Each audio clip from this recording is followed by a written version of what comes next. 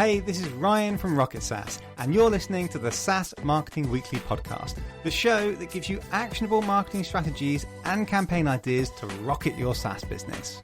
And if you want even more SaaS marketing ideas, go to saasmarketingweekly.com to join my free newsletter. Hey there, and welcome back to another episode of SaaS Marketing Weekly with me, your host Ryan, the founder of Rocket SaaS. And in this week's episode, I'm going to be talking to you about the murky world of competitor comparison campaigns. I've been creating a lot of these campaigns for my clients recently. I find it really fascinating how everybody seems to come at these campaigns with a different angle in terms of how aggressive they want to be. So I thought I'd make this pod to go through my 5 top things to consider when creating a competitor comparison campaign. Those 5 things are, number 1, why they are great campaigns. 2, your options on how aggressive you can be or not be. 3, examples of brands and where they sit on that aggression scale. 4th, what to include when creating a competitive comparison campaign. And 5th, how to market your campaign. So let's kick things off. Why are these great campaigns? I look at the audiences, they're split into 2. You've got the first audience who are not using any provider at the moment. They're thinking about using their first provider. Now, most people that listen to this podcast are usually small startups, so they're competing with the big boys. Now, the advantage of a competitor comparison campaign is that the big boys will be spending hundreds of thousands of dollars or pounds on these big marketing campaigns. They'll be educating the audience. They'll be convincing them that they should be having a software to solve this problem. They do all the hard work. Then you just nip in at the last minute, hijack the deal, and happy days. You've not spent hundreds of thousands on winning that client because you just nipped in at the last minute there. The other type of audience are the ones that are already with your competitor, but they're not happy. It's a very, very common story in SaaS. They're either not happy with customer service. That's a very common thing that I see all the time. Maybe they're not happy with the pricing because the pricing is increased. Or maybe it just comes down to features. Your product is better. It's more modern. It's got a better UI. It's got more better features, integrations. So they want to switch to you. Now, later on in this pod, I'm going to give you examples of both of those types of audiences and how to attack and how to win those deals. It's hard to get people to switch, particularly when they're not completely furious, but it certainly is possible. And we're going to go through that later in this pod. But before you begin working on a competitor comparison campaign, you first need to decide something very important. That is, how aggressive are we willing to be? Now, you've got a sliding scale. So imagine on the left of the scale, it's we do not mention our competitors at all. Then on the other end, the right-hand side of the scale, you've got go for the jugular, slag them off, mention them by their name, insult them. And then you've got everything kind of in between. I really like it when I meet a client that's on the right-hand side of the scale because it's fun, but that doesn't necessarily mean it's the right thing to do. So we're going to go through some examples of where you should potentially be sitting in the scale. So if you're going to be on the left-hand side of the scale where you don't mention your competitors, and you just kind of steer clear of these campaigns, that's usually when, say, you're on friendly terms with your competitors. Maybe you used to work for the company previously, you don't want to upset them. Or maybe you've got your eyes on some kind of merger acquisition. It's probably not a good idea to be pissing them off. Or maybe it just comes down to your brand. Your brand image is not comparing yourselves to others. You're above that. Or you might have the attitude of all is fair in love and war. Let's just go for it. Maybe they've upset you in the past, or maybe they're doing competitive comparison campaigns about you. If so, then, perhaps you should be doing it too. But it's not an easy decision to be made, and it's not something that should be made quickly. You definitely need to speak to your board of directors, potentially your investors, the kind of key stakeholders in the business. Like, do we want to do this? Because you are in danger of really kind of rocking the apple cart with some key stakeholders here. So don't make the decision too lightly. You also need to check the legalities of the situation here. Now, in the UK, it's quite a few years ago now that the advertising body just kind of opened up the floodgates and said, yes, you can talk about your competitors. Like 20 years ago, 15 years ago, you weren't actually allowed to mention your competitors in any kind of marketing or advertising campaign. The laws have now changed. You can now pretty much say what you want as long as you're not lying and breaking the law.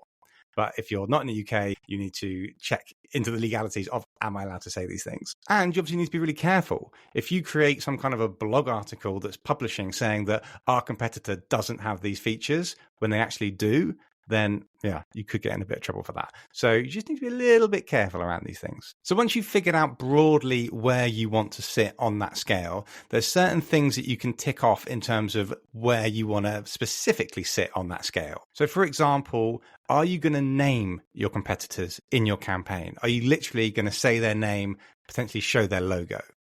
Or are you going to just call them others or our competition? Obviously, if you mention them by name, you're now sliding to the right-hand side of that scale. Another thing to consider is, are you going to be insulting about them? Or are you just going to say facts? You just say facts, they've got these features, we've got these features, they don't have this, we do have this. Or are you just going to be plain rude about them? Because some companies do that. I'm going to give you some examples of some companies and where they sit on the scale. So they're not B2B SaaS, but I always look at McDonald's versus Burger King. So if you are familiar of like how Burger King do their social media advertising, this past year, they've been really going after McDonald's. They've been comparing the size of the Whopper to the Big Mac, how the Whopper is so much bigger and tastier and all those things. But it's interesting that McDonald's never respond. They never do their campaign comparing themselves to anybody else. Apple versus Samsung, very similar. Samsung are often going after Apple, sometimes directly, sometimes very subtly, without mentioning them, but you know that they're talking about the iPhone and how their Samsung is so much better. Interesting that Apple never mentioned Samsung, never mentioned anybody else. And one of the reasons for that is that McDonald's and Apple are the leaders. They're at the front of the race. They don't need to be looking behind them. They just need to focus on themselves. It's often the people behind that are desperately trying to catch up. And when you're desperately trying to catch up, sometimes talking about the leaders, trying to pull them back is the way to do it. So if you are genuinely the industry leader, you are at the front of the race, perhaps you don't need to be doing competitive comparison campaigns. But most people that listen to this pod are startups. There's usually a bigger fish out there. Another interesting example that I've seen recently, if you go onto Active Campaign's LinkedIn page, look at some of the posts that they're doing about MailChimp. They are very aggressive. They are very insulting about MailChimp. They're kind of saying MailChimp sucks. Active Campaign is so much better. It's quite aggressive language, which is a little bit jarring perhaps, but I can see why it works. Because I know for a fact that a lot of people are frustrated with MailChimp. They are saying that exact language. MailChimp sucks. I've heard it so many times on Twitter. I've said it myself. I used to use MailChimp. I hated it. So they are tuning in to what the audience is saying. Another example is Intercom versus Zendesk. I'm looking at the Intercom versus Zendesk landing page at the moment that's been built by Intercom, and the heading literally says, customer service has evolved. Zendesk hasn't. Ouch. So I suggest you have a look around, have a look at other SaaS platforms, have a look at their competitor comparison campaigns, see how they're wording things, see where you think your brand would like to sit. So once you've decided all those things, you now need to decide what to include in your competitor comparison campaigns. So if you are small and you're comparing yourselves to the big boys, the typical things you want to be looking out for that is very common for the smaller companies to have better than the bigger companies is customer service. With these big companies, you know what it's like. You put in a ticket for customer support and you have to wait 3 days for a response. They don't have any live chat. They don't have a telephone number that you can call. You can't go to their office. It's very frustrating because they're just these big faceless companies. So the advantage that small startups have over these big companies is the opposite of what I've just said, essentially. You know, ideally, you have some kind of live chat with an instant response. Here's a phone number that you can call. There's photos on the competitive comparison campaign of all the friendly looking staff in our real UK office. There's also things like onboarding. You can say, we will give you a white glove onboarding approach. We will do a screen share with you. We will walk you through the process, as opposed to these bigger competitors that just kind of give you a manual and off you go. So that's a key differentiator, particularly if you're struggling when you're comparing feature to feature, which is often very like for like. The other obvious one is pricing. If your pricing is more affordable than your competitors, then that is clearly the number one thing that people are generally looking for when it comes to SaaS products. That's certainly the thing that will immediately catch people's attention if your product is a lot more affordable than the competitor. Or there's also interesting things about how you do your pricing. Maybe your competitor forces you to sign up to an annual contract, or maybe they don't do pricing per user like you do. So if there is a pricing difference in the actual price itself or the way you do your pricing, that's definitely worth mentioning in these campaigns. And then the final obvious thing is the features. So do you do integrations that your competitor doesn't have? Do you have searching, filtering, drag and drop? You should list out all of those things, list out all the things that your competitors do or don't do, and create a nice little table, you know, the ones with the ticks and the crosses. We're going to go through that a little bit later. There's also limitations. So maybe some of your competitors are limiting their customers on how many minutes they get or how many reports you can create per month, and yours does it differently. or you offer unlimited. All those sorts of things are really, really important to include in these campaigns. Another great little hack that I found a couple of years ago in terms of what you should be including in these campaigns is to leverage your competitors' negative reviews. So go on to G2 or Trustpilot or Google reviews, wherever you can find reviews about your competitors. Filter the reviews to show you the 1-star or the 2-star reviews and see what people are saying. You can really find some hidden gems. So let's say, for example, you go onto G2, you see lots of people are mentioning that the mobile version is really clunky and hard to use, but you know that your mobile version is really good. So that is something that you should be putting quite high up in these campaigns because you know a lot of people are frustrated about it. So mention it right at the top. Okay, so now you should be ready to start writing your competitor comparison campaigns. I suggest you create 3 things. One is a landing page because you're going to be driving ads specifically to that landing page. The other is a web page that is going to go on your resources hub. So they're very, very similar. The landing page, you're probably going to strip out the navigation, maybe have the call to action a bit higher up on the page, be a bit more aggressive with it. And then you've got the web page for the resources hub.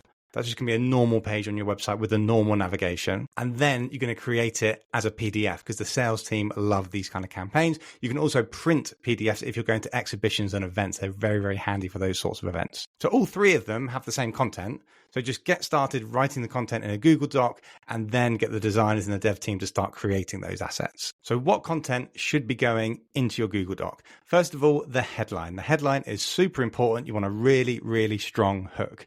You want to look at what are the main benefits that you have over your competitors. Get that into the header. So here's an example from ActiveCampaign.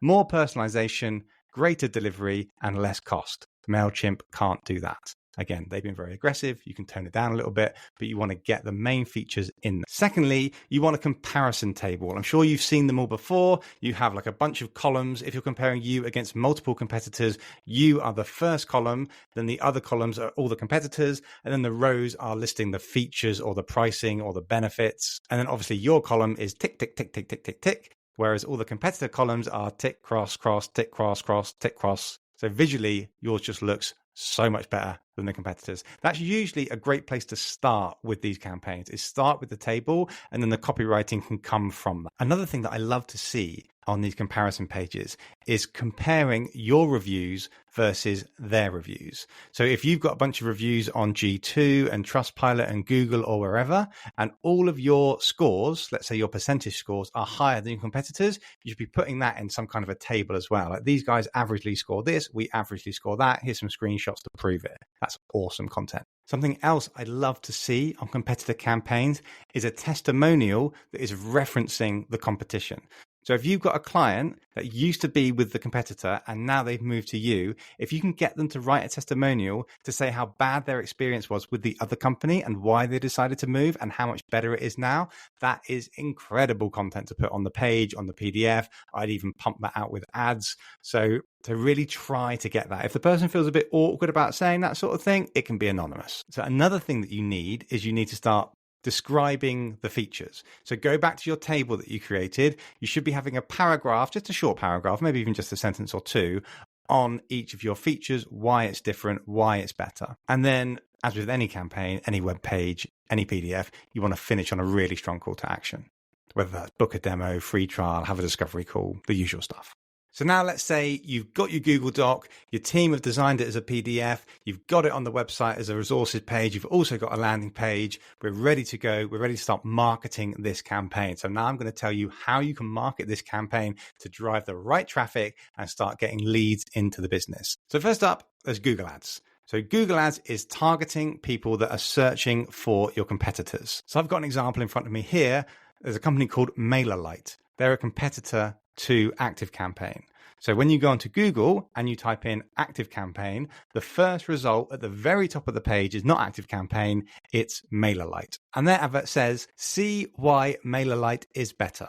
Compare MailerLite versus the rest. So the reason why they're at the top of Google is because they're using Google Ads. Now, Google Ads are rather expensive when it comes to competitor comparison campaigns because you usually have low ad strength. I think Google knows that it's not your brand, so it's just pumping up the cost. So be wary of the high cost per click. However, someone is showing intent by searching for your competitor. So they are possibly ready to buy. So it could be well worth spending that money. But obviously, you've got the downside of they weren't looking for you. They were looking for the competitor. But if they're going to click on your ad intentionally without making a mistake, then it could be well worth the money. So just beware of the cost. And by the way, you are allowed to do this. You never used to be able to do this. In 2019, Google changed the rules. Before 2019, you were not allowed to bid on competitor keywords. It was like a whole trademark thing. I got in trouble for it once, but they changed the rules in 2019. You can now bid on these campaigns. You might get a nasty email from your competitor's legal team, but look into it. You are allowed to do it as long as you stick within the rules. You've also got social media ads. You can be using LinkedIn ads, meta ads, creating image graphics, carousels, maybe even videos comparing yourself to the competitors and why you're so much better than them. Or you can post that stuff organically on social media as well. So you've got a few different avenues of how you can be promoting these campaigns. But the key thing to get your head around is those two different audiences that I mentioned at the beginning of this podcast. You've got those people that are not currently with any provider. So you mainly sweep them up with Google because they're Googling your competitor. The harder one is to identify the companies that are currently with your competitors and convincing them to switch. So now I'm going to go through a few different options of how you can find out your competitors' customers. There's loads of different ways you can do it. Some is quite obvious, some is quite sneaky, but let's go through some of these now. So I recommend you try most of these and then create some kind of a spreadsheet where you're listing all of the companies that you think or you know are using your competitors. And then I'll talk to you about how you can now go after them with your campaign. So first of all, Meta Ads has quite a handy feature where you can create an ad and show it to people that follow particular pages on Facebook. So if the company is big enough, let's say someone like Asana or Monday.com, you can create an ad and you can say, show this ad to people that follow Asana and Monday.com, or they like the page. Because the percentage of people that follow those companies on Meta are quite likely to be customers. There's going to be a big percentage of people that are customers. There's not many people that would follow Asana and Monday.com when they're not customers. So I don't know what the percentage is. I probably guess something like 60, 70% of people that follow them are actually customers. So that's a great list right there. So you can create your ads comparing you to them. When you click on the ad, it takes them to the landing page that you've created and you drive ad budget to those campaigns to get the right audience to your landing page. That's a brilliant way to do it. Unfortunately, LinkedIn do not have the same feature. I'm really hoping that they release it soon because that would be awesome. But at the moment, it's only available on Meta in terms of targeting people that follow your competitors. What you can do on LinkedIn is you can target people that are in LinkedIn groups. So have a look. Do your competitors have LinkedIn groups? So for example, the big boys definitely will. There'll be a group on LinkedIn that is like the Asana support network. You can create LinkedIn ads to only target people who are in those groups. Another thing you can look out for on LinkedIn is if your competitor creates an event and it's a LinkedIn event, you can literally see the attendees. You click on the event page, there's a little button that says 1,000 people have signed up for this event. Click on it and you literally see all of their profiles. So you can scrape that list or you can manually write down the list of all of those companies. So if it's some kind of an event that's particularly targeting what is probably customers, so let's say it's a webinar about the latest feature that's coming out, you can pretty much guarantee that most people signing up to that are currently customers. There's also hashtags. You can be searching on LinkedIn for people that mention your competitors, whether it's a hashtag or whether it's just literally typing it somewhere in their post. So there's all sorts of reasons why people might be mentioning them on LinkedIn, ideally complaining about them. That would be great. Or maybe just mentioning them in some kind of passing. That's a great way to find out that they are with your competitors. So add them to the spreadsheet. You should also be keeping an eye on your competitors' organic posts on LinkedIn and other social platforms. The people that are liking, the people that are commenting, they're also quite likely to be customers. I mentioned in a previous podcast how LinkedIn company pages suck in terms of lead generation and bringing on new clients. Like it's very unlikely that you would be liking a post from a B2B SaaS brand if you had no affiliation with them, you weren't working with them. So keep an eye on those likes, keep an eye on those comments, add them to the spreadsheet. Maybe they'd be in the maybe column. Another way to find your competitors' customers is to literally go on your competitor's website. I've got a client at the moment and I couldn't believe my luck when I went on their biggest competitor's website and they literally had a button at the top that said clients and it had a list of about 150 logos of all of their clients. So I just added all of those names to the spreadsheet, chucked them all into an ad campaign, put them all into a LinkedIn DM campaign, and we ended up getting, I think from the 150, I think we got 6 meetings booked. And it was just laughably easy to do and a pretty stupid thing for the competitor to do. So sometimes your competitors are stupid and they do things like that. So check out their websites. There's also tools like Apollo or Cognism or ZoomInfo. Those are those tools where you can buy lists of customers. And sometimes there's a technology tab. So you can filter all of the people by saying, show me the companies that are using this particular software.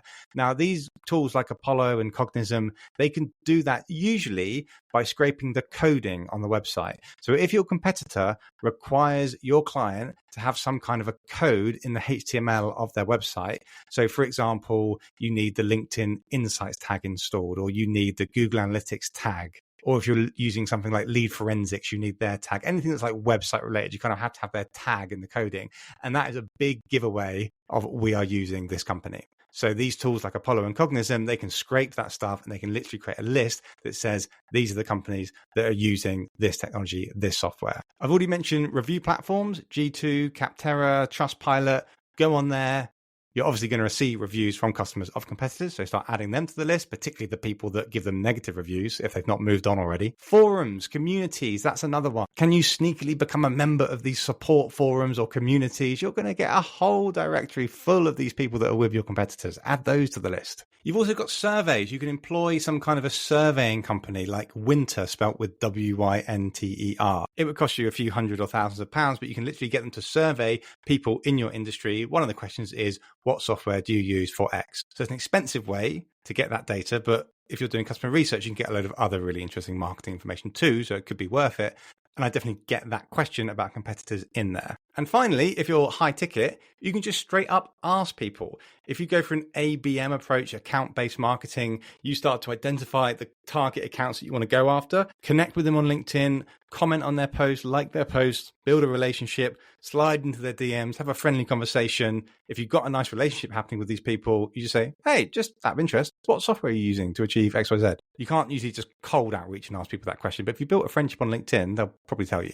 And that's a great way to get in there. So I think I've exhausted my list of where to be finding the customers of your competitors. If you've gone through all of those things I've just said, you should have a really decent spreadsheet now of a few hundred companies maybe that are using your competitors. Now you've got the list of people you want to go after. You've already got the landing page and the ads that you've created. Let's now put the two together. So you've obviously got social media ads. You've got LinkedIn ads. You've got Facebook ads, Instagram ads. You can create that list of people that you want to target. So if you've got just a list of companies, you can now go into LinkedIn Sales Navigator, put all of those companies in there, and then you can add the job titles of the people that you want to be targeting, and you create these very specific ads and say, only show my ad to these people. You've also got LinkedIn DMs. I'd also use LinkedIn Sales Navigator to specifically find the exact people that work for those companies that I want to go after. For example, HR managers. So you get a list of all the HR managers, and then you send them a DM on LinkedIn after you've connected with them. Say, hey, I'm aware that you're using this software. Are you frustrated with the following? Did you know that our software does this, or it could save you this amount of money? Would you be interested in chatting? And because those campaigns are clearly not written by a bot, because you're saying, I know that you're doing this, then it does raise an eyebrow from the person that's read it, and you're often likely to get a response, particularly if they are frustrated. And finally, you've got cold email campaigns. So maybe collaborate with the sales team on this if they're running cold emails. But if you've got this list of people that you found on LinkedIn, you can use those tools to scrape their email addresses from LinkedIn, or use Cognism, ZoomInfo, Apollo to actually find their email addresses, do a cold email campaign to reach all of those people, pushing them to your landing page, or just trying to get them to have a chat with you about how they're frustrated with their competitors, and you are so much better. There you have it. That is how you create a competitor comparison campaign. They can be amazing campaigns to drive a lot of revenue into the business. So I recommend you have a chat with the team, decide how aggressive you want to be on that scale. Are you not going to mention them at all, or are you really going to slag them off?